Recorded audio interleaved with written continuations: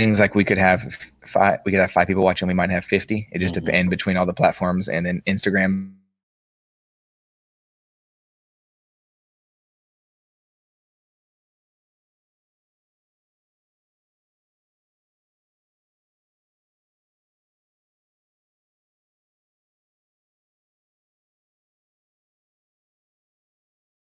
That are with us, thank you for joining early.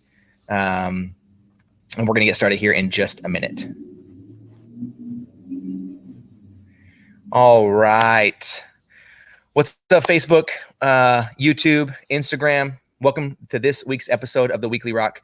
We are so honored to have you join us, and we're so excited to have you here with us today.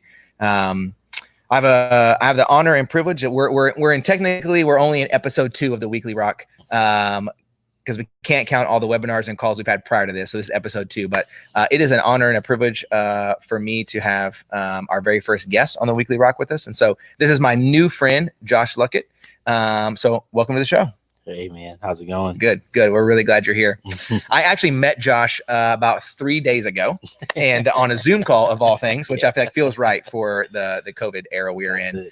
But Josh is a new member of staff at the church where we attend, and we're just on a call to get to know each other with our home group and you. And I think for me, I'm not sure if I told you this yet or not, but I think for me, there was just a lot of moments when you were talking and sharing that night where one that I feel like I was able to connect with you on. I think in some vein have some similar experiences in our life. And I think the way we grew up and potentially the way we were raised and how we saw things. Then we had this overlap of College Station. Then we had this overlap of Youth Impact. And then the world just kept getting smaller and smaller. And so I think as I've thought a lot about,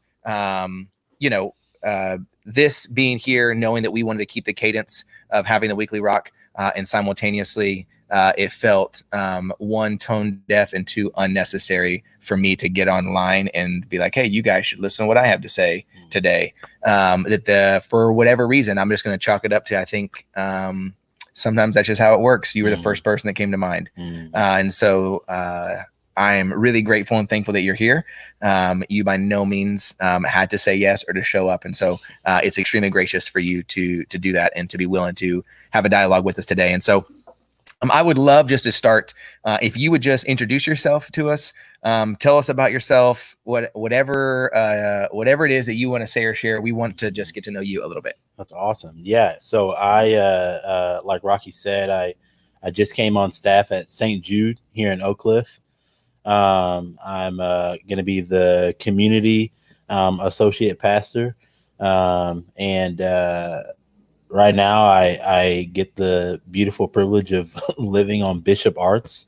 I'm over off of Zang, if any of you guys know the area. And I don't know, it's just a really fun town. I actually had some former Youth Impact leaders. Last night we went to this taco place. I think it's a Taco Vino, I think is the Taco name. Vino. Yeah. It was so good. It is good. We got a fried avocado taco. It was great. But yeah, I've been here for 3 weeks. Okay. And so in the midst of the COVID deal, that was the way I had to start meeting congregants and meeting people was through Zoom and jumping in on Bible studies. And I really enjoyed it. And I'm actually surprised by the traffic so far, because I figured everyone was still at least kind of tentative about being out, but people are out. No, bro, they're out. Streets are full. That's it. Parking lots are full. They're out. Awesome. Well, 1, we're really glad you're here, literally with us today. 2, I am really excited to have you as a part of our church and a part of our community. And I think even more excited, and I think really looking forward to the work that will continue to be done. I think in Oak Cliff, we've lived here for about 7 or 8 years now. Oh, wow. And so I think having you here and your perspective is something that I think is immensely valuable. So know that we're really pumped that you're here too. No, I'm excited. Well, for all of you that are joining us today, I think that that most of you know, and if not, then we're really glad that you're here. And so I think most of you know that that as we host this show each Friday, our goal is to hold space for vulnerability, for understanding. I think to provide a space where we get to ask questions and I think listen to one another. And I think ultimately, ideally leave with not just clarity of who we are, but especially today, with the confidence and potentially even the conviction to do what is required and put in the effort and work that gives us the ability, I think, to love one another well. I think that's a deep desire that we have. And so, as all of us know, the last 7 days has shown light. And I picked 7 days in particular. By no means am I saying that what we're ideally going to talk about today or the reality of what's occurring in the world has just happened in the last 7 days. But I do believe in the last week, given the death of Ahmaud, given the death of George, I think that there has been a light shown on an extremely dark part of our world. And I would say even more than that, I think has exposed a deep-rooted racism in America that for many of us that we've had the privilege to turn a blind eye to or simply not have to deal with because of our privilege, because of the color of my skin. Not only do I get to stand on corporate stages and say whatever I want and everybody lets me because I get presumed that I'm just a white dude, also in the moments where it might be hard or difficult, unfortunately, I have had the privilege to be able to pretend things were not the way that they were. And the majority of the rest of the world, I think, joined into that. Let's assume best intent out of ignorance. Right. And so I think for me, the last few days have really allowed me to pause and reflect, I think, on my own motivations, my own intentions, my own beliefs. I think in dialogues with people who look like me and in dialogues with people who don't, there has been the phrasing that we talk a lot about here in our community has been the phrasing around space and grace.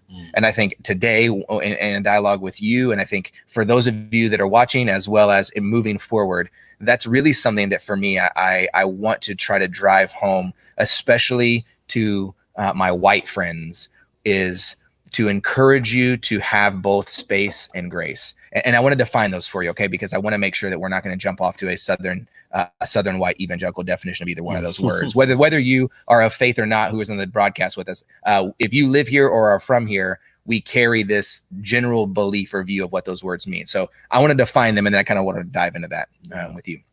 So as it relates to space, I want us to think about space as a momentary pause to simply assess what is. And I'm not saying that it's not good or not bad or not positive or not negative. There are values associated to what is true. But I think what happens is because of our own self-defense, for many of us, and when I say us, I want you to know if you're watching this now or on the replay, also if you're watching the replay, make sure and hashtag replay so we can come back and comment to you. If you're watching this, and when I say us, I'm talking about people who look like me. I think what happens is we like to, when we give ourselves space to pause and to assess what is true, we like to add value, positive or negative, because we want to be right and because we want to protect the things that we think keep us safe. And today, what I want you to do when you think about space is I want you to give a momentary pause to assess what is true, but I don't want you to add positive or negative as it relates to your security or safety yet, because today that doesn't feel what's most important to me. The second part of that is, and then I think I want us to transition into grace. Grace meaning that grace is the ability to see ourselves in someone else. And I think that when we create enough space to assess what is and to create enough space to assess what is true, ideally that draws us closer to a place of grace that allows me to see myself in someone else. And then all of a sudden, I believe the distance that I might have held prior in my mind or even in my soul that I thought we were apart actually becomes closer, because I have the chance to actually see myself in you. And therefore grace can be extended in a way that it never could before. But I think that comes from space first and then to grace. And so that's what I want us to do today. Let me tell you this. If you're watching here on Facebook, YouTube, on Instagram, and there's anything that I've said and you look like me and you are mad, upset, frustrated, or you feel defensive, I hope that over the course of the last few years, you know my heart and my intent. And I also just want to encourage you to stay. If right now you feel frustrated, or right now you're like, who is this guy? Or right now you feel like I'm attacking you, then please just sit and absorb. You don't have to comment. You don't have to like. You don't have to say anything. But at least stick around long enough to hear a perspective and a voice that is not the one that's in your own mind, to create enough space to hear what is true, so that ideally we have the opportunity to see ourselves in another human being and do the work that is required to not just say, I don't like racism, but to do the work to be actively anti-racist. So I think let's start with space. Space being a momentary pause to assess what is Mm-hmm. true. So I would love if you would share with us, me, as you have taken space, as you take space, as you look at just what is, Mm-hmm. what do you see? I think what immediately comes to mind when I think about that is I think I try to see two different things. I try to see what is, what I'm actually seeing, what I'm actually experiencing, what um, Black and brown and poor and just marginalized people groups are seeing. But as you know, having been in Youth Impact, which is a predominantly white college student ministry that serves predominantly African American children, I've always been challenged to see, okay, what are other people seeing? What do they feel like their space is like? Mm.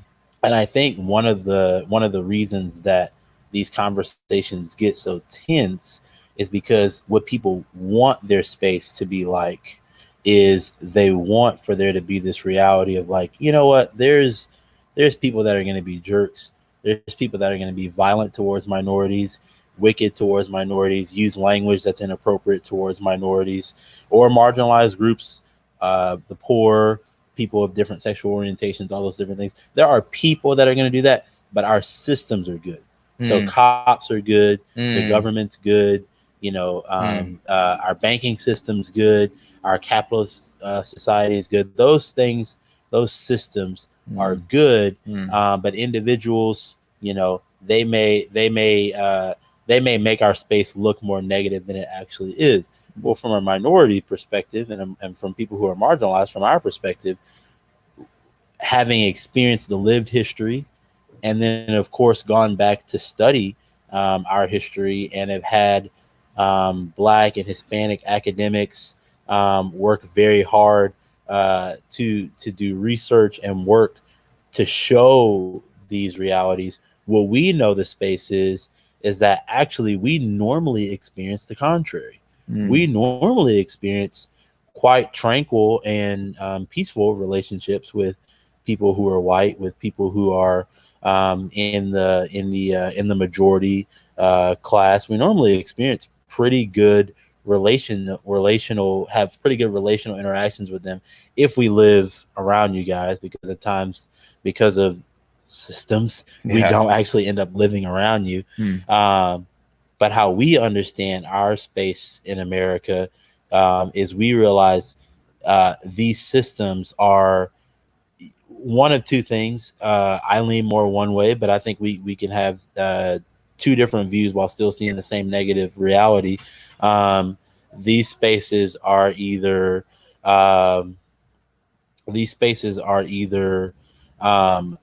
inherently flawed or flawed because they're run by individuals who are flawed. It's one of the two. And we have to live with that reality. So when we see police officers, when we hear politicians, when we see the free market society, we have to live in the reality that these things are flawed and from the beginning have been rigged against certain people. Which if we're using just our own common sense, that only makes sense. Right. If everyone's participating on a game board or within a system or within an infrastructure, there are gonna be people who seek to get the extra gear. You know, if everyone's playing baseball, eventually someone's gonna take a steroid and see if I can get the best hit or you hit it the longest. Or, you know, and so I think you know that's just kind of a 3,000 foot up umbrella view. But I just think our space is realizing that, hey, for the most part, we may experience decent interactions with our white contemporaries and neighbors here in America. But what we experience on a systemic level, when we experience our schools are severely underfunded, when we experience the fact that we only make up 13% of the American population, but 40% of those who are incarcerated in America, the fact that quite frankly, the free market just doesn't turn out to be a meritocracy for us. Mm-hmm. A lot of African Americans and Hispanic people spend a significant amount of time working hard, putting a lot into the system and getting a very little bit out. And in this particular week, we're reminded that law enforcement doesn't work for us like it works for our white brothers and sisters. It just doesn't. We don't get the we don't have the feeling of, oh, that guy's gonna come save my cat out of a tree, or that guy's gonna keep me safe. We get the feeling of, I am presumed as a threat. We saw that with Ahmaud Arbery, and then we see what we saw it with Amy Cooper when she maybe didn't feel actually threatened, but certainly knew how to alarm police officers with, hey, this is an African American man and he seems dangerous, he's threatening me. And she knew how to call over the forces. She didn't just say a dangerous man. And then of course we saw it with George Floyd, where ultimately that constant presumption of guilt, that constant presumption of beast danger, it makes law enforcement not just not work for us, but in many ways target us, because we're not just seeing, we don't just get the simple characteristic of civilian. We always get could be a civilian, looks dangerous, and the presumption of guilt in a society that is supposed to presume innocence. And so that's kind of how on the, I guess that was the reality of the negative. But I also do want to throw this out here. I did see one African American comedian say something that was so powerful. He said, in the midst of everything that was going on, he was like, in spite of all this, I wouldn't trade being black for anything. Because there is a sense in which I also see my space as, we've made really rich culture here. We've made really incredible. We've given incredible gifts and talents to the American arts sphere. I could be wrong, but if I'm wrong, it's only by a little bit. I read that Negro spirituals were actually the first uniquely American made music. We've given hip hop, which has now become the biggest, largest consumed genre in the world. It just beat out rock in 2017. There's so much that's rich about the experience that we've had in America, not because of America, but in spite of America.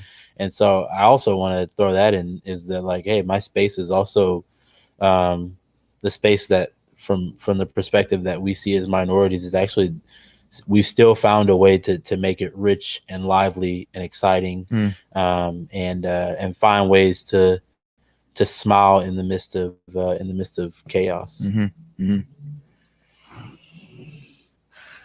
Thanks for that. There's a podcast that we sent an email this morning with a link to this podcast. It's called Black and White, Racism in America. And I think it's been one of the things that I think informed it really encourages and informs and brings to light everything that you just said with rich detail and fact about the way that even America itself was formed. And I think there is something, and I can't remember if it was exactly in this podcast or not, but there's something about at times where for some reason, as I think generally as white people in America, we find it our duty to protect America, whatever that is, assuming that America belongs to us, and that anyone who is going to impose something on me, therefore is imposing something on America. Therefore, it's not patriotic. Therefore, it's my duty to get rid of that because I want it to be my America, right? And I think one of the things they say in this podcast, which has stuck with me for a long time and is consistently I play in my mind, is even especially in that vein, right? Like what was built, it's in America, and we got to protect it in the flag, and even all the way to Colin, like who took a knee and then as a quarterback, like no one cared about what he took a knee about. They just said that he was being unpatriotic, right? Which means he hates white people. Right. That's yeah. when even in the podcast Black and White, one of the things they phrase, there's a musician and a poet named Propaganda, and he's on this podcast and he gives some input, but he was like, if you go back to the beginning and the way America was formed, even in the Constitution, when it says all men were created equal, but all men were not writing the document. White European men were writing the document, and that at that point in time, African Americans were not seen as full men, right? And so like we have, I think, been so engulfed and so entrenched in a narrative that only values and feeds our own ability to prosper, that we go back to something and go, but it's not American, when in fact, being American in the beginning was being a white European male who came to a place to conquer another people group. And guess why? Because they were trying to flee oppression someplace else and to make a new life for themselves in the midst of oppressing some other people group, and to stay on top here in what is the best or richest or whatever way we want to describe America. I think to maintain, to your point, that level up or that extra gear has come at the cost and the oppression of people who don't fit the category. When we said all men were created equal, we in fact were not talking about all men. That's it. That's powerful. Yeah, I think, and I think one of the things that would be so helpful for my white brothers and sisters to understand is you don't have to get caught up in my critique or in the critique that African Americans have of American society, because there's this beautiful distinction. Malcolm X didn't make it well until later in his life, but Martin Luther King always made this beautiful distinction. When we are critiquing the systemic nature of America that has continued to, have its knee in our neck, we're critiquing white supremacy and racism. We're not critiquing white people, and I think that is a distinction that's always been there. That for whatever reason, so many people who counter and who feel uncomfortable when these conversations come up, it just never seems to grip. And there's a challenge for why I think it may not be catching on. But the critique is always of racism and white supremacy is always the one that's what we're actually critiquing. When Colin Kaepernick takes a knee, he's saying, I don't want police brutality in this nation anymore. I don't want our neighborhoods to look like barren wastelands anymore, very intentionally, not of their own doing. We want to truly experience the human flourishing that is clearly possible in the American context. But for whatever reason, that always sounds like a critique of, as you were saying, well, you're critiquing me. Well, it's like, if you are participating in what we're critiquing, then yes, we're critiquing you. And I want to challenge my friends, my white friends also, that if we are not actively pursuing and against and being actively anti-racist, by default, we are participating because we live in a broken system. Like we live in a place that says it is for me, not built for you. And then for me to hear out of your mouth, this is the reality of what it is. And then for me to go, why don't you like me? I'm trying my best. That's problematic. By simply participating in a system that is inherently broken. And that doesn't help. That doesn't help. That only there was a tweet. I wish I could think of it, but I'm not social media savvy enough to think about who said it, but I've seen it a lot. But he said there is a mass amount of white millennials who is questioning everything that their parents told them about faith, because what is happening seems to be exactly what they've been taught to do, except their parents keep telling them to stop. And it's a long Twitter thread. He goes and it goes on and on and on. But I think there's many folks, and I think especially for many of you that are here with us and that are watching our demographic, is I do think there has been the phrase that, and again, I tend to go off the cuff here. So there's a phrase that keeps coming to my mind. It's like the stories that you're told to you about you typically live into those if there is no external force helping you see a different story, right? So like from 1820, if I'm a white guy and I am born and my white dad owns a plantation and we have slaves and no one tells me a different story and a system is built like that, guess what I do when I'm 25? Right. I buy land and I plant cotton and I try to buy some slaves, right, because there's no other story. Right. But we like to think, I think sometimes as white folks in 2020, that we've changed the story and it's different because, well, they could have opportunity. If they could just pull themselves up by their bootstraps, if they would just do their part, if they would work as hard, if they weren't, so if they would just pull their pants up a little bit, if they, whatever it is, the narrative that is, we believe is true. And the only way that changes, and I think that's the conflict that was, I think was trying to be communicated in that tweet, was the story as it relates specifically to faith and Christian faith is that we are advocates for humanity because there has been an advocate for us, all of us. That's good. But now in real life, we don't have to do that because it doesn't fit the system or the American system. Yeah. The narratives are clashing. No, I think there was a huge problem that America did early on in its infancy. It tied its faith to empire, which is the exact opposite of what the early church did. The early church spoke truth to empire. The early church critiqued empire. The early church found ways to subvert empire, and to call it out and to show a better, richer society that they were creating in the midst of the empire that was superior to the empire. You had even critics of Christianity saying, "Hey, they take care of their poor better than we take care of ours." And so, the point of the kingdom of God was always supposed to be a critique of empire. I think that's honestly why so many people reject Christianity today, is because they see it running parallel with empire. But I think, I think one of the reasons that so many millennials and Z, people are beginning to struggle with what they were taught. And really, I have one leader in Youth Impact, who's just, it's several, but he's one that I've been talking to recently, really struggling with conversations with his mom, and almost kind of the veil being taken off, like, who are you? Yep. But I think it's this awful conflation that we've made with Christianity and empire, which is Jesus wasn't Caesar.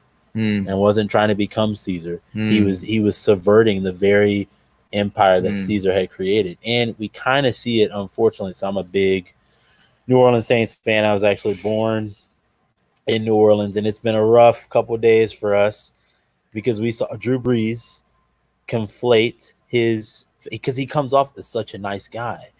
And so it was really hard for people to understand, why is this guy not getting it? Why is he so stubborn towards, for any of y'all who are watching that don't know, Drew Brees was asked about the idea that, hey, when the season starts up again, many players are probably going to go ahead and take a knee in solidarity with Colin Kaepernick, because clearly he's been vindicated. Right.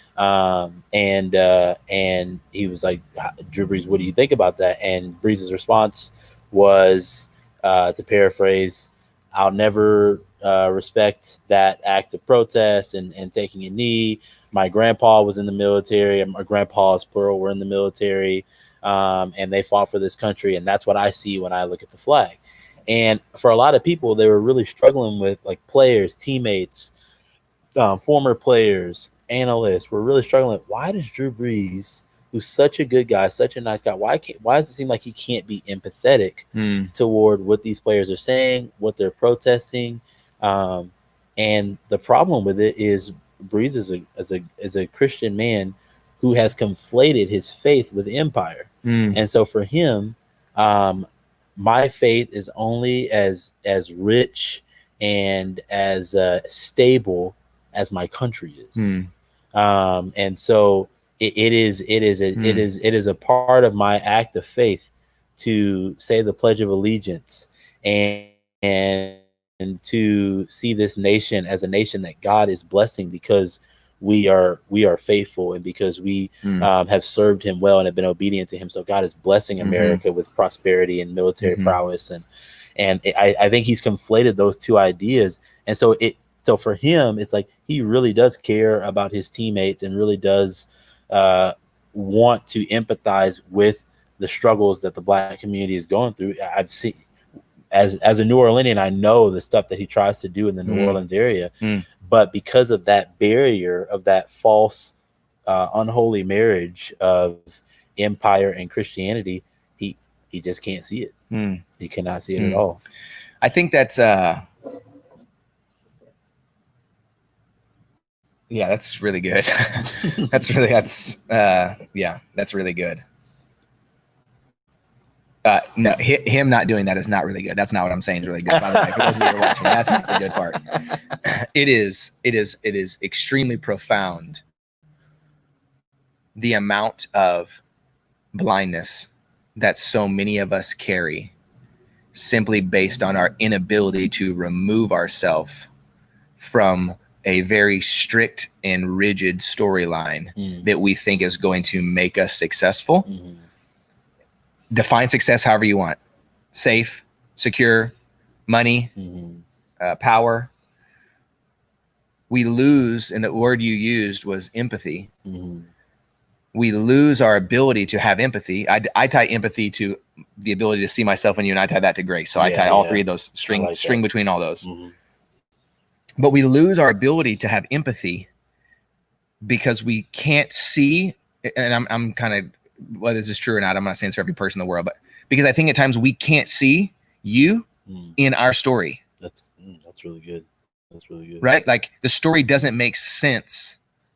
I haven't stopped long enough to try to paint a picture or to tell a narrative or to decipher a language that includes you in the story. And so because of that, when something seems to come against my story and you already don't fit in it, now there's no room. And so I feel like even using Drew Brees as an example, part of the blind spot is he doesn't see where taking a knee and police brutality fits into the narrative of your country. Because you get to live here, right? So aren't you free? Right? And so much of the pushback that he got, which is so on point with what you're saying, he didn't take literally the 5 seconds it would take to think about or Google the reality that, hey, guess what? Colin Kaepernick, myself, the Black community, our grandpas were in the military too. And when they got back, they didn't get a GI Bill. When they got back, they didn't get a parade. When they got back, the N-word was still flying in their direction. When they got back, they were told they were relegated to certain spots that were under-resourced and told what restaurants they can go to and still lynched. And, and so if he would have taken that 5 seconds to think, I wonder what Colin Kaepernick's grandparents, when they fought in the military, what was their experience? Like you're going to say when they got back. And I think that's so spot on. It's like when you don't put other people in your story, then, I mean, honestly, while he's a nice guy, I think another thing that this whole last few weeks has really exposed is decorum isn't enough. Yeah, I saw somebody earlier. Being nice doesn't make you anti-racist. Exactly. You know what I mean? Like, well, they're nice. It's like right. Decorum isn't enough. I mean, like he said it in such a nice and seemingly passionate way for his country. And what happened was actually he was being incredibly insensitive and cruel. Because he didn't even consider. It was selfish in this climate, in this time. It wasn't just tone deaf; it was selfish. And it was sad. That's a really good question to ask yourself. I'm saying, are you? You said he could have waited 5 seconds and thought about it. We're going to call that space. That's it. He could have taken a momentary pause to assess what was true, and that's that Colin Kaepernick's grandparents potentially also went to war with his grandparents and came back and had different experiences. And his ability to pause long enough to assess what was true potentially then would have allowed him to see himself, or at least to see his grandpa and his teammates' grandpa, and then all of a sudden go, oh, I have been blind to what is actually happening and what could have occurred and what is going to occur in the future. But that didn't happen. And not only was it being nice not enough, and then not only was simply asking for forgiveness because we were tone deaf not enough, but then it was actually a forward, semi-aggressive way to say, I'm selfish and I don't care except for me. And if you're going to get in the way of me being or doing what I want, I will mow down anything in my way. Exactly. Because something came to my mind this morning. I've been having to process that a lot because Drew Brees he's become a hero in the New Orleans area. So I've really had to process a lot, like what it meant, that insensitivity, that cruelty that he displayed. I guess it was 2 days ago now. And a lot of his teammates came out, African-American teammates, and they said, man, you always called us your brother. And, Drew Brees had the benefit of actually playing with black teammates since he was probably like 6. Right. His whole life. Literally his whole life. Yeah. And they said, man, you always called us brother. And one of the things that hit me, and Drew Brees is going to have to answer to all of this now, is like, were they your brother when y'all were together and it was to your benefit that y'all had unity so you can go win and you can go succeed? And then they're not your brother when their struggles off the field take place. I had a good friend of mine, one of my former roommates, he's a white guy, who did something so beautiful. He texted me after George Floyd and he said, Josh, I saw you down there. The way you were describing Grace, he's like, I saw you down there. And he was like, I couldn't just sit back. I had to post about it. I had to say something. I had to, and it's like Drew Brees didn't do that. And there's consequences to that. And I think that's the thing that we never want to talk about, is like, hey, there's consequences to being stuck in your own narrative, to being selfish, to tying your faith to empire. There were literally people in the streets, I think last night and the night before in New Orleans, screaming F Drew Brees, a guy that was a hero in that area. 48 hours before that was a hero, a Hall of Famer. Didn't have to come back this season. Literally has every passing record in the NFL. But that selfishness and that cruelty, it actually, it cost him. It tainted his legacy. There's he can survive this, but he can't completely repair this. He will be booed at most NFL stadiums. He will probably be booed a few times even at home games in New Orleans. And and it's that what I don't want to say is like, well, his whole life should be crap now because of his awful decision. But I think there is a kind of a prophetic warning in that of, the more and more we continue to harbor our selfishness as a nation and tie our faith to empire and refuse to step into someone else's story, the way God has designed the world, that just does have consequences. Yeah. And I hope that for there's those of us that are listening now or later on in the replay, the way that you described, there is going to be consequences for his actions that he's going to have to live with because of the decision that he made and the implication that comes from that. There are consequences that you have had to face that didn't have to do with your actions. That by simply being born, there are now consequences in which you face because there has not yet been a large enough movement or mass of people to hear what he said and go, that's not going to stand anymore. It would typically just be applauded, played, and then he'd be the hero. Yeah. Right. Yeah. And now, hopefully, ideally, now that's not the case. Yeah. Yeah. So one thing that we talk about quite a bit around here, and part of the work that we do with friends, with clients, with whoever, but it's just the thought, the idea of identity. So really like what makes us, how that identity, our ability to kind of have clarity in our identity, and then really like up until now, which again we're taking a hard turn in what we're going to do as an organization, as a business, because I think it's relevant and it's necessary. Is we've always talked about identity as like when we have the ability to know who we are, we call that a clarity of ourself, should give us the confidence to make a decision. And then that confidence will then give us the courage to actually go do it. And courage being the last part, right? So I think if we use those three words, that's just because I think folks that are watching now, it's a language we use a lot. So clarity, meaning understanding yourself, confidence, meaning you believe that's good, what you see in yourself is good. And then courage is the actual actionable step moving forward. If there was a way that you could challenge, encourage, call out, just when it comes, we're going to stay with the identity piece. We're going to stay with the clarity piece first, because we got to courage and confidence for me, like kind of take a pause for a second. Otherwise, we're going to end up having confidence about some dumb shit. We're going to have courage to do things we shouldn't be doing. And then we'd have nothing changes, right? We're like, we go online to ESPN as a NFL quarterback and say something because we think we're clear. We think we know our identity and we felt good about it. And so we were courageous to say it, and look what the result is. Exactly. So, and if we put that times, I'm not a math guy and I have no idea. So I'm totally making up a number. So those of you who are watching, this is incorrect. Don't judge me. So you take the millions of people in America, how many ever million people live in America?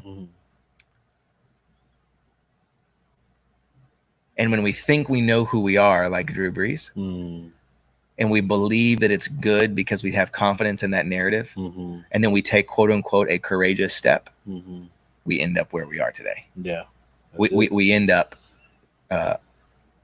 George ends up on the ground with a knee in his neck, and the world watches while he is pleading for his life. And they say, but I bet he did it. Yeah. Right. Because there's this identity that we, and I say we, I think me as a representing as a white male, there's an identity piece that I think we miss. And because we miss that, we have an unfortunate and a misguided confidence about that goodness in the story. And so we go and do things thinking they're good, thinking they're courageous, thinking they're American and patriotic and brave and whatever language it is, the thing we think we want to defend, that's not you. And so I think let's go back away from courage, let's go back away from confidence, let's go back into clarity, let's go back into identity and story. How have you seen, whether that's in your life, whether that's in the life of somebody that looks like me, whether that's in both, we're having to like uncover and unearth and unwrap the whole narrative. Yeah. The whole thing. Yeah. Like we can't keep 80% of it and change the 20% on top that looks good. Yeah. And just post a black square one time and then say we're good. Exactly. You know? No, we gotta dig deep. And I think Dr. Ibram Kendi, who is right now, I would go ahead and say is the foremost scholar and really kind of revealer and apocalyptic thinker of our generation when it comes to race in America. Has written a couple great books. One called Stand from the Beginning. It's definitive work on the history of racism in America and in the West. And then a recent book that's much smaller and easier to read called How to Be an Anti-Racist. But he does this incredible job of building these three categories of how people see the social construct that is race. So just as a side note, we're not really different races. It's a reality that we unfortunately have to live with because of bad science at the beginning of American history. But so how people see that idea of race, and so the first category is you could have a segregationist worldview toward other races. So you as a white person would see African Americans, Hispanics, everyone who's the other as irreconcilable. There's an irreconcilable gap between you and them by genetics. So you would say, well, it's in their nature to be violent and lazy and to have bad ecosystems and bad family values and so on and so forth. It's in their nature. There's nothing we can do. So either we can enslave them and surveil them and look over them, or arrest them, or keep them out of our communities, keep them out of our neighborhoods, whatever it takes, just to keep them separate, because there's a gap between us and them that is irreconcilable. So there's a segregationist. Then there's the assimilationist. The assimilationist view is, well, it can be closed, but it's a culture problem. Their culture is deficient. The culture they've created is deficient. Therefore, and my culture is superior. And so what I do is I go and put nonprofits and mentorship programs, and I teach them my culture so that then they can be civilized, because they're not civilized in their own culture. So that's the assimilationist view. And then the third view is the correct one, the anti-racist view, where you say, no, there's nothing wrong or right with any culture. There's good and bad with every culture. There's the same trends of violence, laziness, greed, sexual immorality, all those things within every ethnic group. It just looks different, especially depending on what kind of money you have. So quick example, in an under-resourced community, violence may look like gang violence because you have to create a black market to get resources. In a well-resourced community, violence is going to look like, well, if I want to be violent, I'm going to go mass shoot up an area. So it's just two different versions of violence, but still violence. And so, I think, so yesterday, Candace Owens, who couldn't have timed this worse, decided to come out with a video where she talked about George Floyd and talked about his past record of criminality. Who knows how factual this stuff is? She's not normally very factual, but his record of criminality, his how we shouldn't paint him as some kind of martyr. She somehow still gave the point that he was unjustly murdered. So I don't know why she brought up anything that happened before, but could not have timed this where she actually did this on the day of his funeral, which was yesterday. But she posted this, and I saw a lot of my white and evangelical friends repost it, say, "Oh, this is a nice other perspective," and then some of them asked me about it. Some of them had the grace to ask me about it. Some of them did not, so I had to DM them. But the narrative that it was an assimilationist narrative. It was basically hey, that culture is broken. Black people's culture is broken. They always martyr, make martyrs of, or glorify the criminal aspects of their culture. They're lazy. They don't read. They don't know how to work hard. Just all that. And she's an African American, so it's not strange, because there's a market for that, being paid to give the counter racist points back to the African American community. Much longer conversation, but it was so painful to see so many of my white evangelical friends, who I know well, just eat that narrative up, because that's another way for them to escape. There's something wrong with my system. There's something wrong with the infrastructure of how America was built. Because then if it's just, that community is just, they're culturally deficient, then it's like, well, there's nothing wrong with the cops. There's nothing wrong with the way we do politics. There's nothing wrong with the way we do capitalism. It's them, and how all that comes back to me is, one, I had to fight because of those lies. I had to fight my whole life to not believe any of that, to believe that, hey, my community, where I come from, where Black people live, is just as good as the white neighborhoods that I would go and hang out with friends. There's less money, so it may not look as nice, but it's just as good. The things that I experienced within my family were just as good as what white kids experience within their family. The myth of fatherlessness in the African American community is just that. It's a myth, and just all those false identities that have really just been forced on to the African American community by people who want to avoid, the reality of racism. Even ironically, the segregationists, they could say, "Oh, I'm not enslaving you because I'm evil. I'm enslaving you because genetically, I mean, you can't you can't function in this society." And so that's something that always have to constantly combat, even amongst my own people, of being like, "Hey, the only thing that's wrong with Black people is people saying that something's wrong with Black people. There's nothing wrong with us. There's we don't have a pathological culture. We're not trapped in, dependency culture and fatherlessness and violent crime and all. We just need for there to be policies and an infrastructure that actually gives us the ability to flourish just like every other people group that's here." Yes. That's my response to that.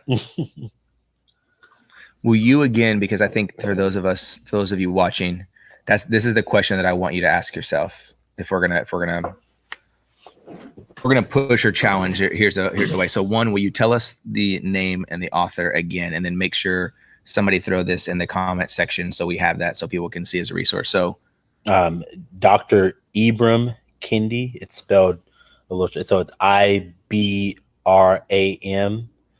I think. Ibram, and Kendi is KENDI. Dr. Ibram Kendi, and then the book names are Stamped from the Beginning. There's a shorter version, a remix version called Stamped, and then How to Be an Anti-Racist. And the three categories are, because this is how I want to challenge us. I want to challenge us that this is a question I want you to ask yourself, and don't answer and don't pull a Drew Brees here. Okay, I think about it. Legitimately think about the way you spend your money. Think about who you support. Think about where you go. Think about where you go on vacation. Think about the people in your neighborhood. Think about the neighbors that you talk to and those that you don't. Think about, I want you to think about as much and as many aspects of your life as you can, where you go to church, and I'm not telling you to think about those things because I'm trying to somehow make you feel guilty and say, because I decided to buy a house here and go to church here and most people there that live there look like me, I'm a terrible person. I didn't say that. If that's how you feel, you need to address why you feel that way. I'm not telling you that about yourself.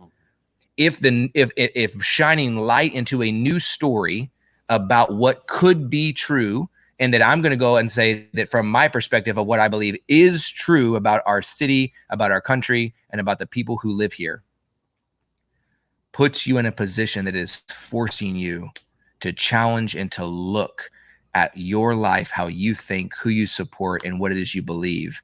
I want you to ask yourself, which of these three categories would you say you fit into? Do you fit into the segregationists? Do you see the world that way? Have you seen the world that way? And before you go and blame your parents for how you see it, if you're watching this and you're an adult, you are in charge of your narrative and your story. So let's not immediately jump down the road and go, well, I do that because my dad told me that, and so I'm going to go blame him now. Your dad has his own responsibility. And until I am willing to reconcile my own, I cannot go to my parents or my family or my friends and have a dialogue unless I have listened and I have learned and I have educated, and then I have taken a step to go, am I willing to advocate? And if so, then I get to go to have those conversations with them. But I'm not going to blame my mom or my dad or my grandma or grandpa for the way that I see the world, because I'm a 37-year-old man. This is the way that I see the world. So I'm going to challenge you to ask yourself the same thing. In the way that you see it, ask yourself, do you see the world as a segregationist? That there's a gap between us and them, and the gap may just not be able to be closed because, yes, they might be unique, but they're just not quite as equal. They just don't know what it is that I know or we know. The second question I would challenge you to ask yourself is, if it's not that, then are you an assimilationist? That you believe the gap could be closed, but they're going to need to be like us if they want to be here, because this is how we do it in America. Yeah, there's room for them, and we love their clothes and their shoes and their culture and the fun and the excitement and the ability to have a team and to watch them play and to spend money and to capitalize on all the wonderful and beautiful things that have been brought. As long as they fit in and do it our way to our end and I win, then sure, we'd love for them to be here. Even if it's not as magnified as that in your own life, and it's something as small as, sure, they can be my neighbor as long as they can afford the house. And they can go to the store that I go to as long as they dress appropriately and look like me and make sure that they, just like my granddad, have pulled themselves up by their bootstraps.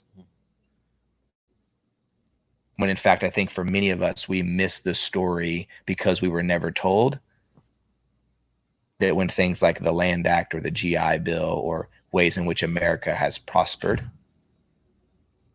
that maybe his grandfather didn't get a pair of boots. So there wasn't a pair of straps to pull up. And so if that's at times the way we see the world, then potentially we fall in the category of an assimilationist.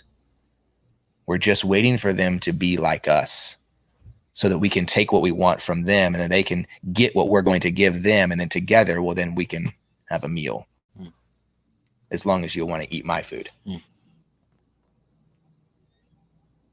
then the third piece would be, have you yet and are you willing to make a decision to say, I want to fall into the third category because I'm going to actively pursue being anti-racist?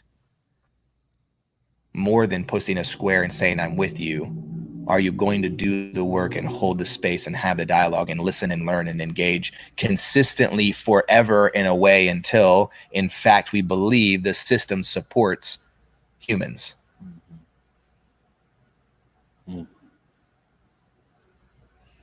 And I think giving ourselves the space to momentarily pause to assess what is true is the only way we are going to be able to determine which of those three we fit in.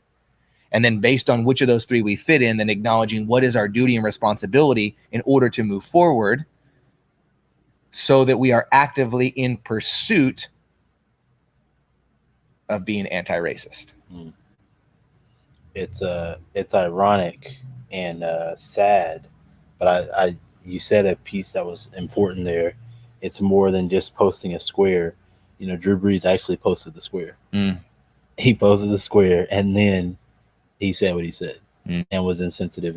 And so it's like, yeah, it's more than that. That's so true of just like, do we want to just be a part of the exciting movement? And it was exciting. And I've been more than encouraged over the last week by the wave and the strong current that this conversation has turned, by the fact that Drew Brees couldn't say what he said and not get heavily criticized. Because 4 years ago he actually did say it and nothing, there were no repercussions. Goes down. Right, But so I'm very encouraged by the wave, but is the wave just a wave?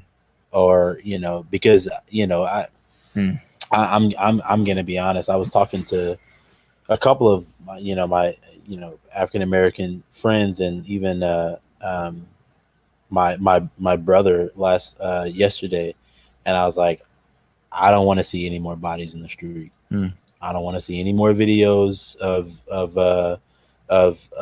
people saying I can't breathe. I don't want to see any more 12-year-olds shot because they had a BB gun. I don't want to see any more 17-year-olds armed with Skittles and iced tea on their way home being hunted down. I don't want to see any more people on a jog. It's just that it doesn't need to happen anymore, because what it does is it begins to build, an anxiety within, Black people and Hispanic people in this nation, to where they think, when is that going to be me? When is that going to be me? When, and especially when you see the way that a lot of protesters, peaceful protesters, are being responded to by police officers, where it seems as though our, the way we do policing, because we've been so militarized with our police forces and how they go and engage Black and brown communities, and really just because of our empire military response to everything.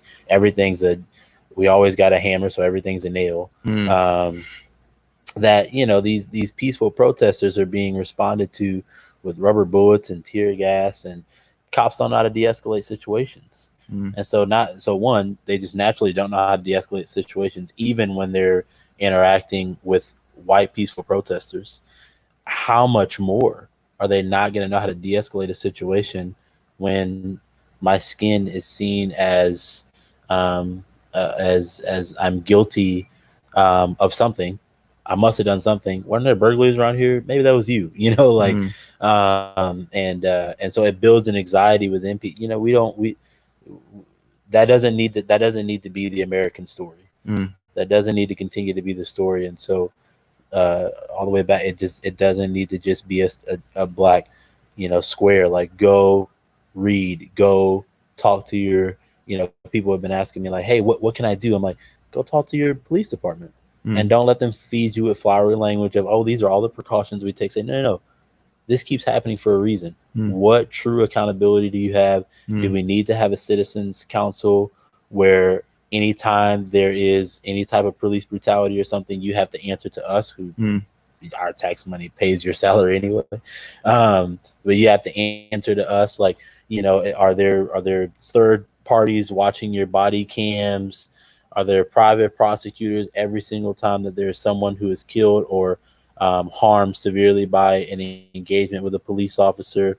Like, what is your de-escalation training? Are you, is every situation a hammer and a nail situation, or do you know how to step into a situation even that's chaotic and high energy as a police officer? And do you know how to calm the situation? Are you trained in that? Because if you're not, then you don't need to be a cop. And we don't, and so I don't want to shift this whole thing into just being critical of the cops, but they are right now one of the bigger issues. And so I think one of the realities that we have got to figure out is we can't keep having the good cop, bad cop, good apples, bad apples conversation, because as Chris Rock so eloquently put it, I can't be a bad apple and be a pilot. I can't be a bad apple and be a surgeon. It's like, and so it's like you have people's lives in your hands, and so you can't be a cop and be a racist. You have people's lives in your hands, and so you can't be a cop and have anger issues. You have people's lives in your hands, and so you can't be a cop and not know how to calm situations. Those are just, and those are things that, like, everyone has to do, but particularly my white, contemporaries here in America. Like, if you want to do something, go talk to your local police department and ask those hard questions, and don't let them hit you with the flowery language and press them and say, hey, we don't want to see this in our community. And so we're coming to you right now to ensure that we don't see this in our community. And before you know it, nationally, we'll just stop seeing it. It's good.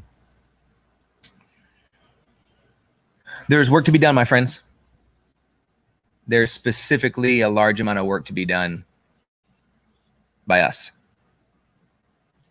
And so my challenge or my encouragement to you both is to ask yourself, which three category do you fall in? What are you willing to commit to as it relates to you, your humanity, your identity, in order to fight, to pursue, to be anti-racist? And how do we consistently show up to go back to all the things that we have said prior to this and really put those things to work?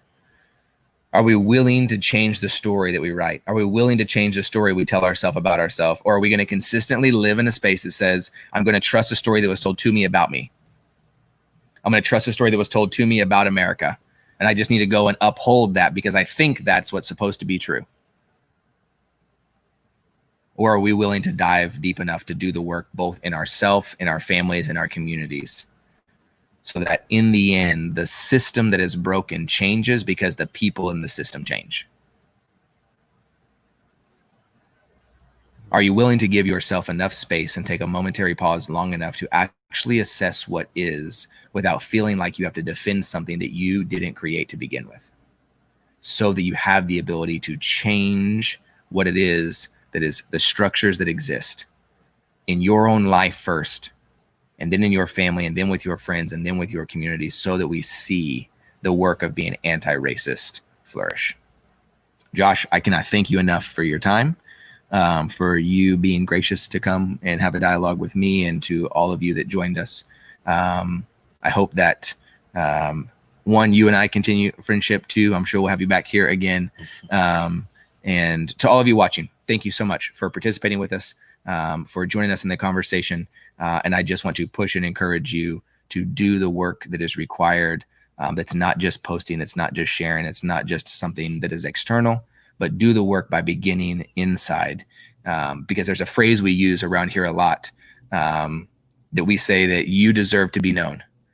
And so the email we sent today, thankfully guided by some really good friends who are much smarter and wiser than me, I think for a while the phrase needs to be taken out of your lens, and that being mine. And I think the phrase needs to be taken in yours. And so not only do I believe, yes, of course, that you as a human being deserve to be known, but I think right now the most adequate and adamant thing is that I believe that they deserve to be known too. So thanks for joining us. Hope you guys have a great weekend, and we'll see you soon.